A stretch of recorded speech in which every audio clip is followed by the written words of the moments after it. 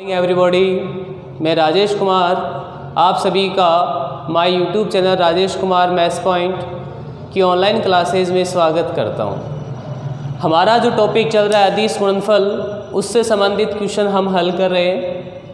आज हम इससे संबंधित कुछ और महत्वपूर्ण क्वेश्चन हल करने जा रहे हैं। आइए देखें।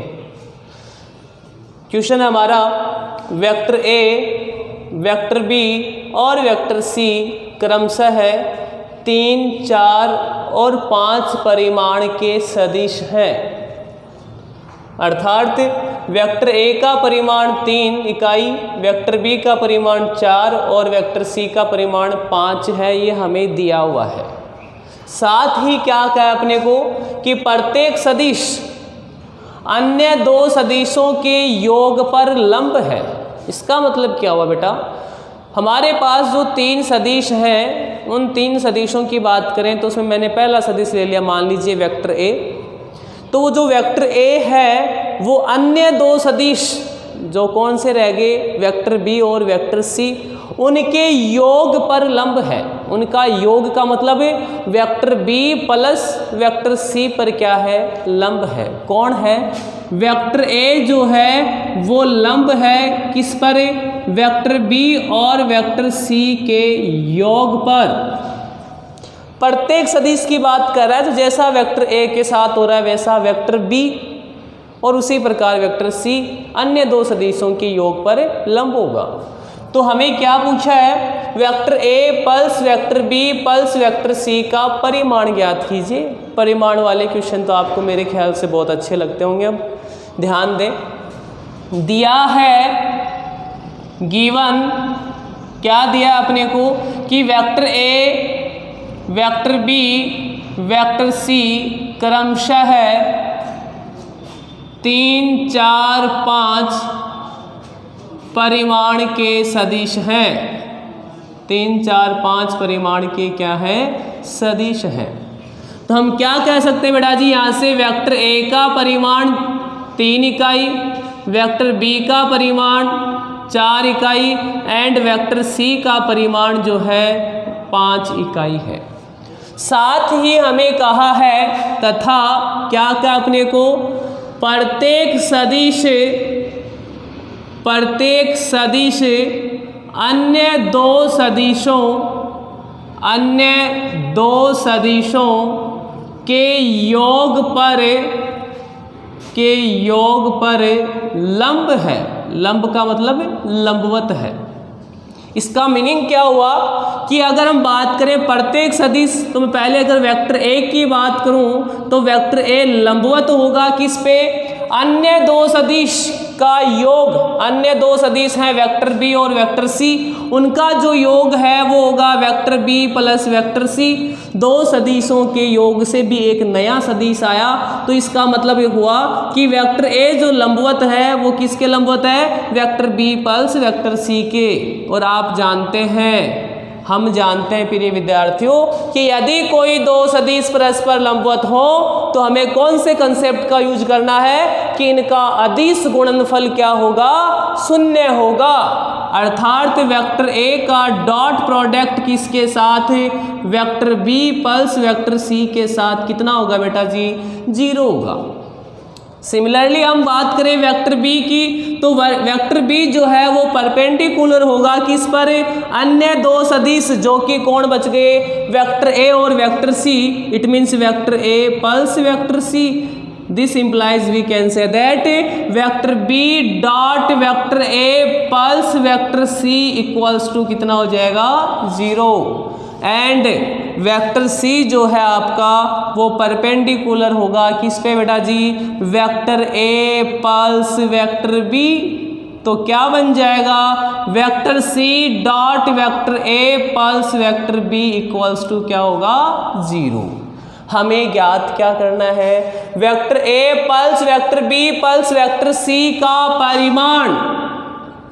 इसका परिमाण पूछा है अपने से, तो हमने बात कही थी आपको, जहां भी मापांक दिखाई दे दिमाग ना लगाएं। क्या लगाएं बेटा जी, स्क्वायर लगाएं।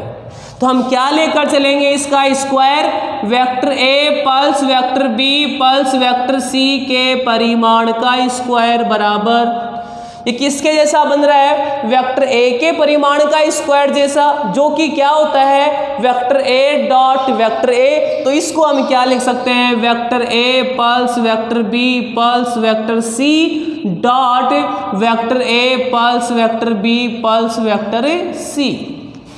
अब इसका डॉट प्रोडक्ट हमें बड़े ही सोच समझ के करना है। देखो ध्यान से, वेक्टर ए का डॉट प्रोडक्ट वेक्टर ए के साथ तो क्या बनेगा, vector A dot vector A pulse. अब वेक्टर ए का डॉट प्रोडक्ट में बी के साथ नहीं करूँगा, क्योंकि हमारे पास यहाँ vector A dot vector B plus vector C बन रहा है, तो मैं इन दोनों को साथ ले लूँगा। तो क्या बन जाएगा यहाँ से, vector A dot vector B plus vector C. Vector A का काम खत्म हुआ। फिर हम वेक्टर बी का डॉट प्रोडक्ट करेंगे, तो वेक्टर बी का मैं वेक्टर ए के साथ नहीं कर रहा, पहले वेक्टर बी का मैं पहले वेक्टर बी के साथ कर रहा हूं। तो क्या बन जाएगा बेटा जी, vector B dot vector B plus vector B dot, अब हमने बी के साथ तो कर दिया, तो क्या बच गया हमारे पास में, vector A plus vector C.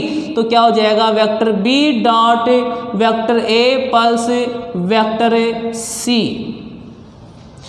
Plus vector C का डॉट प्रोडक्ट वेक्टर सी के साथ किया, vector C dot vector C. अब क्या बच गया हमारे पास में, vector A plus vector B. तो क्या बन जाएगा प्रिय विद्यार्थियों, vector C dot vector A plus vector B. इनको हम इक्वेशंस कह दें, equation first, equation second, equation third. तो फ्रॉम इक्वेशन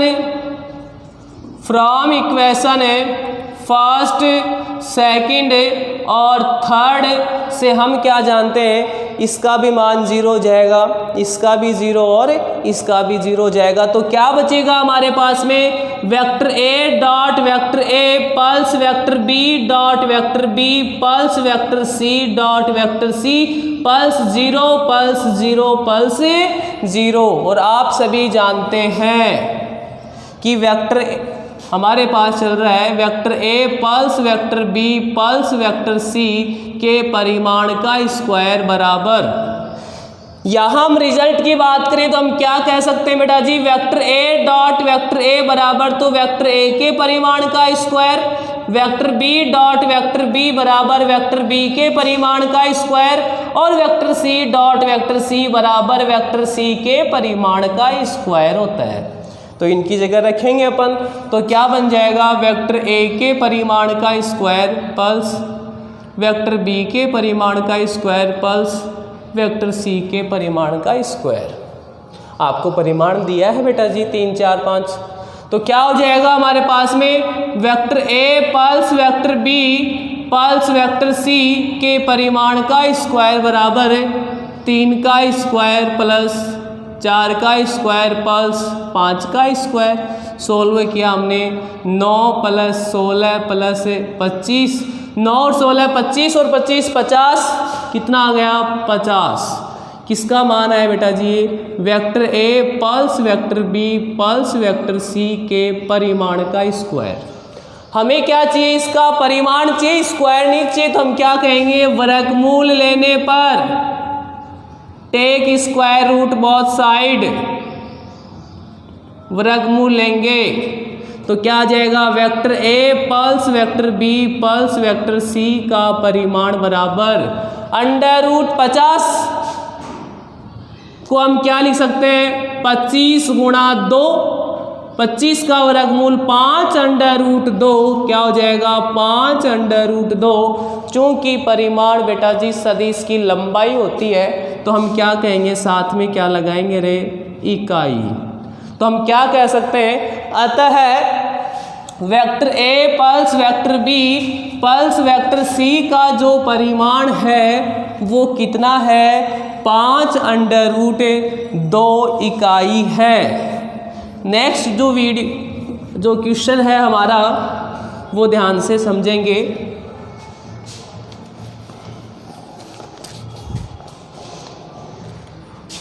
10.3 के एक्सरसाइज में क्वेश्चन नंबर 15 हमारे पास में है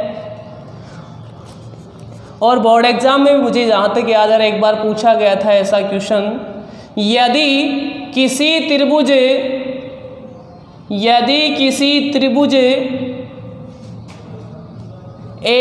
ABC के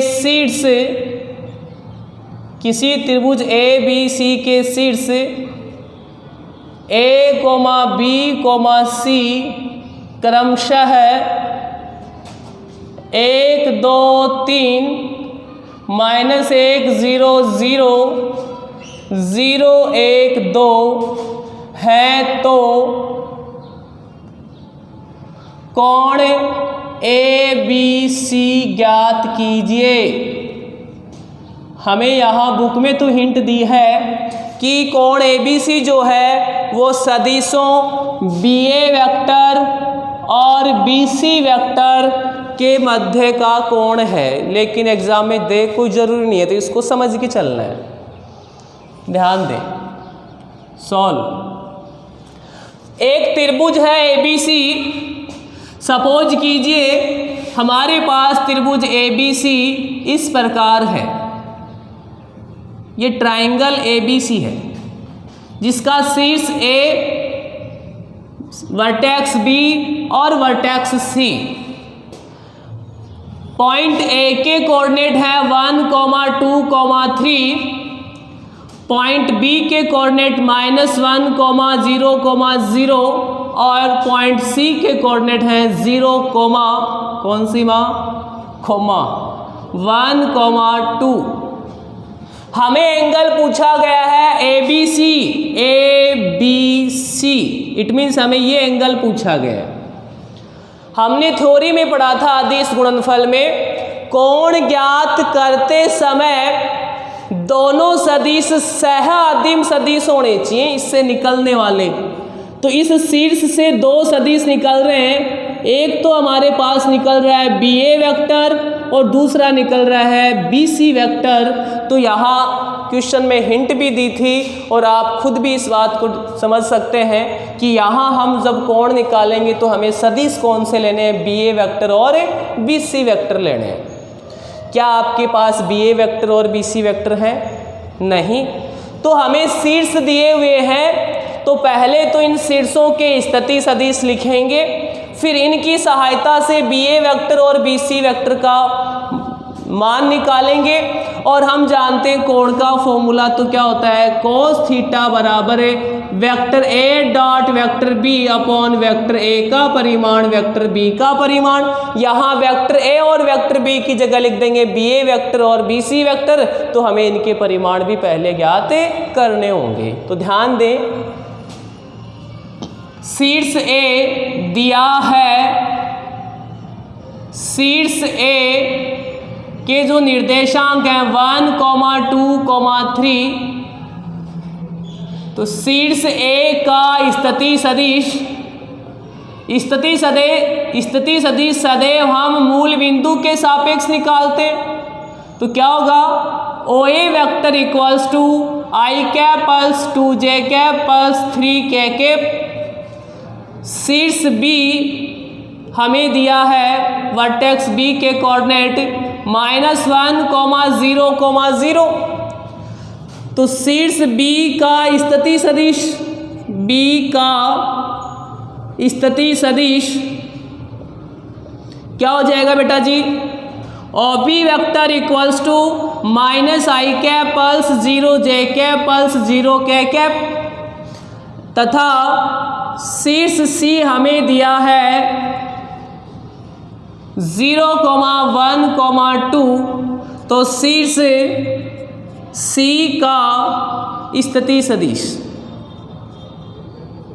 क्या कहेंगे हम, OC vector 0I cap plus J cap plus 2K cap. अब हमारी आवश्यकता क्या है बेटा, एक तो BA वेक्टर। तो सबसे पहले हम कहें BA वेक्टर कैसे निकालोगे, बाद वाले का स्थिति सदिश माइनस पहले वाले का स्थिति सदिश। बाद में कौन, अरे A है ना, तो क्या हो जाएगा OA vector minus OB vector. Values रखें। ओ ए वेक्टर क्या है हमारे पास में, आई कैप पल्स 2 जे कैप पल्स 3 के कैप में से आप लेस करेंगे ओ बी वेक्टर जो कि क्या है minus I cap plus 0 J cap plus 0 K cap. This implies B A vector क्या हो गया बेटा जी हमारे पास में आई कैप और ये माइनस माइनस पल्स बन गया तो क्या हो गया 2 आई कैप पल्स 2 जे कैप पल्स 3 के कैप। और अब आप जानते हैं आपको परिमाण भी चाहिए तो बी ए वेक्टर का परिमाण मापांक बराबर अंडर रूट 2 का स्क्वायर 4 2 का स्क्वायर 4 3 का स्क्वायर 9 कितना हो जाएगा 4 और 4 8 और 9 17 अंडर रूट 17 इकाई। कौन आई रे इकाई। नेक्स्ट की हम बात करें, जैसे हमने बी ए वेक्टर निकाला उसी प्रकार हम बी सी वेक्टर निकालेंगे। चूंकि बी सी वेक्टर बराबर क्या होगा बेटा जी O C vector minus O B vector. O C vector की वैल्यू क्या है 0 I cap plus J cap plus 2 K cap minus O B vector minus I cap plus 0 J cap plus 0 K cap. Calculate करें बेटा जी क्या बनेगा B C vector बराबर ये तो 0 है माइनस माइनस पल्स आई कैप यहाँ ये दोनों 0 हैं पल्स जे कैप और पल्स 2 के कैप। तो बी सी वेक्टर का जो मापांक है वो कितना हो जाएगा अंडर रूट 1 का स्क्वायर प्लस 1 का स्क्वायर प्लस 2 का स्क्वायर 4 अंडर रूट 6 इकाई। अब हमें क्या क्वेश्चन हो गया हमारा, हमें कोण ए बी सी निकालना है तो हम क्या कहेंगे बी ए वेक्टर व बी सी वेक्टर के बीच का कोण। यहां हम थीटा की जगह क्या लिखेंगे कोण A B C. According to question प्रश्नानुसार हमें एंगल निकालना है तो हम क्या कहेंगे कॉस थीटा। थीटा की जगह बेटा हमें एंगल दिया है A B C equals to क्या होगा दोनों सदिश सह आदिम सदिश लिए हमने तो क्या हो जाएगा B A vector dot B C vector upon B A vector का परिमाण और बी सी वेक्टर का परिमाण। रखें वैल्यूज बी ए वेक्टर हमारे पास में है 2 आई कैप पल्स 2 जे कैप पल्स 3 के कैप। इसका डॉट प्रोडक्ट करेंगे बी सी वेक्टर के साथ आई cap plus J cap plus 2 K cap upon B A vector का परिमाण हम कैलकुलेट कर चुके हैं अंडर रूट 17 और बी सी वेक्टर का परिमाण under root 6। This implies cos angle A B C equals to dot product करेंगे आई कैप का गुणांक यहाँ तो 2 है और यहाँ 1 जे केप का गुणांक 2 और यहाँ 1 के केप का गुणांक यहाँ 3 और वहाँ 2/17 अंडर रूट 17 को अंडर रूट 6 से गुणा करेंगे अंडर रूट 102। कैलकुलेट किया हमने cos angle A B C equals to 2 plus 2 plus 6 upon under root 102। क्या बनेगा बेटा जी यहाँ से this implies cos angle A B C equals to 2 और 2 4 और 6 कितना हो गया 10 अपॉन अंडर रूट 102। आपको एंगल पूछा है तो ये कोस उधर जाएगा angle A B C equals to cos inverse 10 upon under root 102। प्रिय विद्यार्थियों इस प्रकार से हम इस क्वेश्चन को हल करेंगे। उम्मीद आपको समझ में आ रहा होगा। नेक्स्ट जो क्वेश्चन है हमारा वो एक्स्ट्रा में बेटा अच्छा क्वेश्चन है। RPSC second grade first grade के एग्जाम्स में भी पूछा गया हुआ क्वेश्चन है, साथ ही बोर्ड एग्जाम में भी एक बार पूछा गया है। आइए देखें हमारा नेक्स्ट क्वेश्चन क्या है।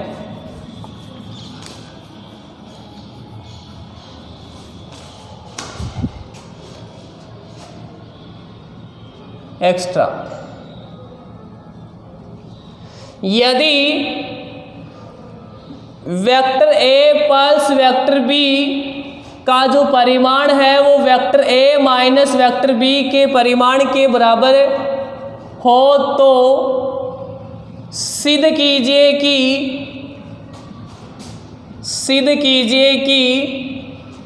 वेक्टर ए व वेक्टर बी परस्पर लंब सदिश हैं।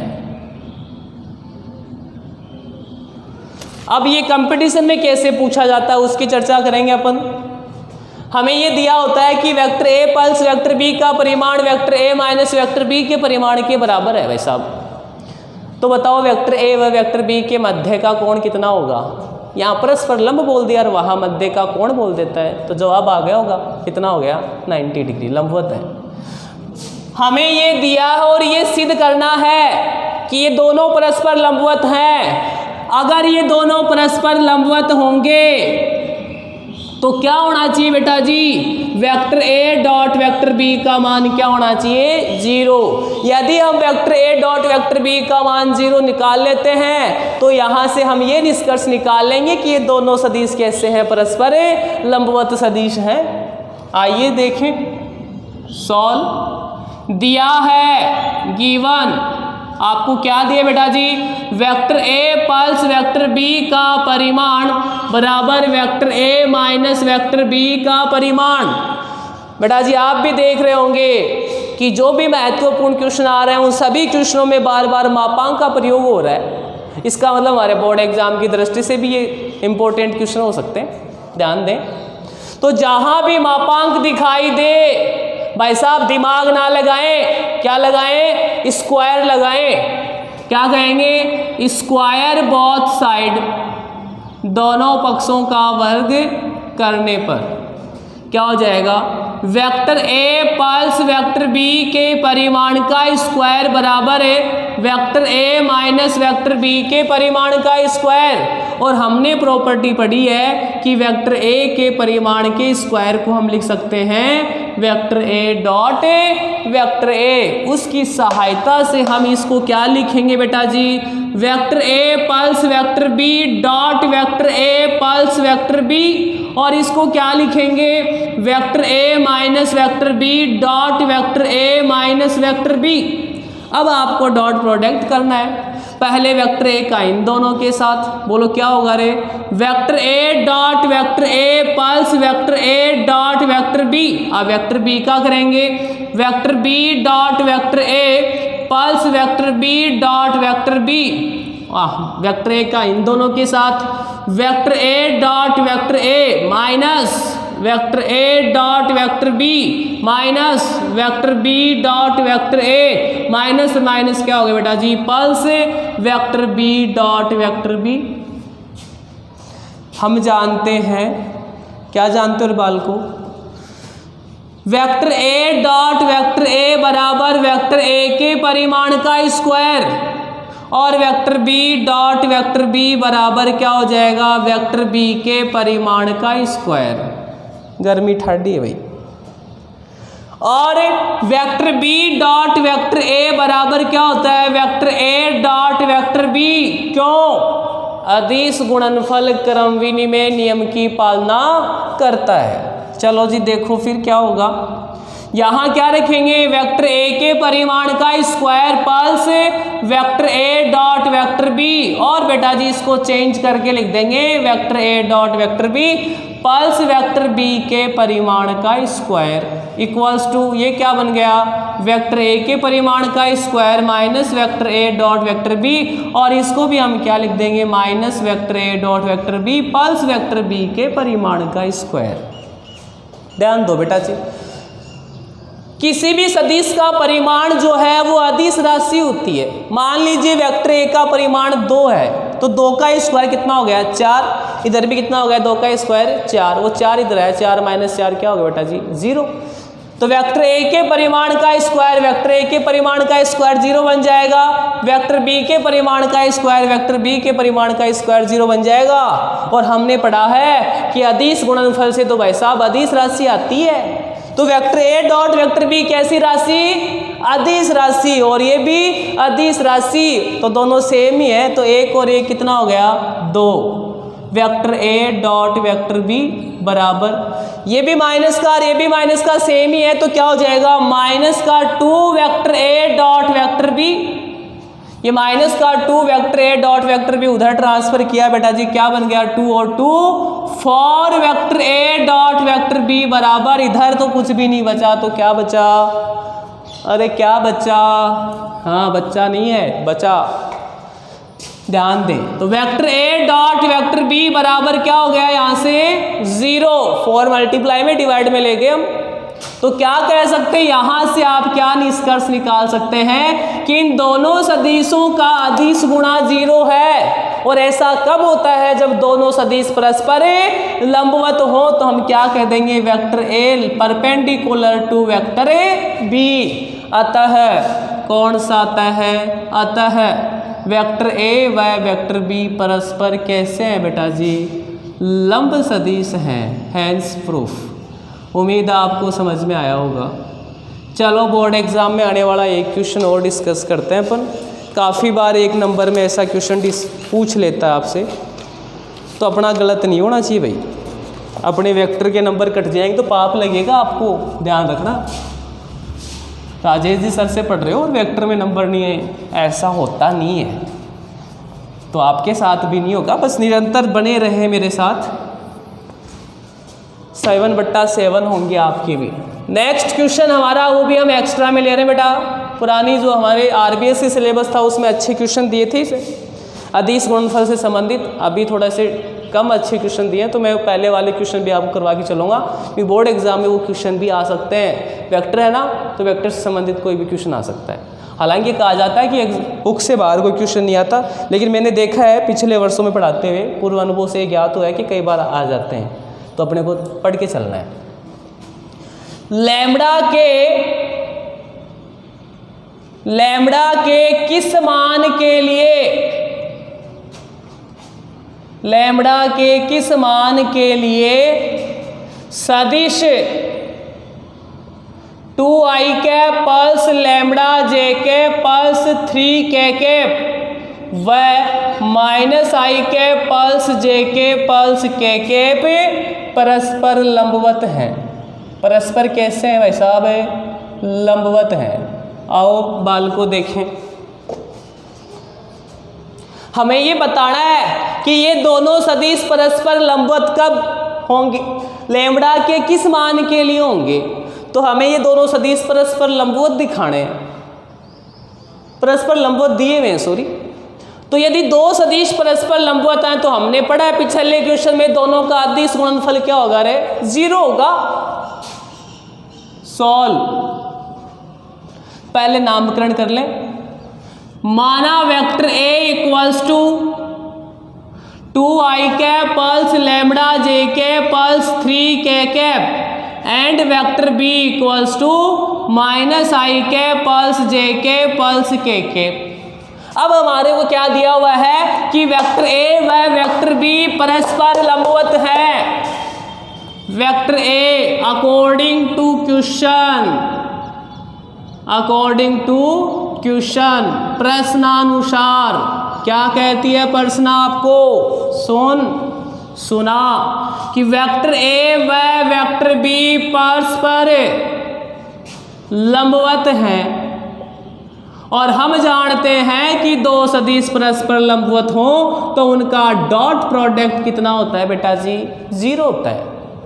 वेक्टर ए की जगह वेक्टर ए लिखे 2i cap plus lambda J cap plus 3k cap dot vector B -i cap plus J cap plus k cap बराबर कितना है रे, 0 है। कितना है, 0 है।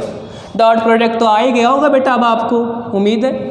आई कैप के गुणांक को आई कैप के गुणांक से क्या हो गया, यहाँ आई कैप का गुणांक 2 और यहाँ -1, यहाँ जे कैप का गुणांक लैम्बडा और यहाँ 1, यहाँ के कैप का गुणांक 3 और यहाँ भी बेटा जी 1। सोल्व करो रे, 2 ने -1 से गुणा कर -2 plus lambda plus 3 equals to 0।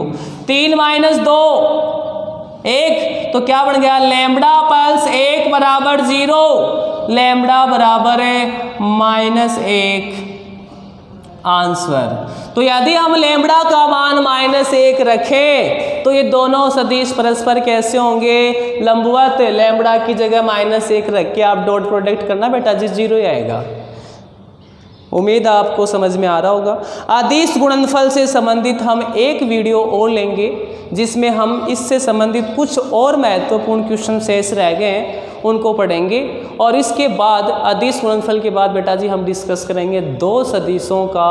कौन सा गुणनफल रे, सदिश गुणनफल। पढ़ते रहिए आप घर पे, साथ में नोट्स बनाते रहिए बेटा जी। पिछले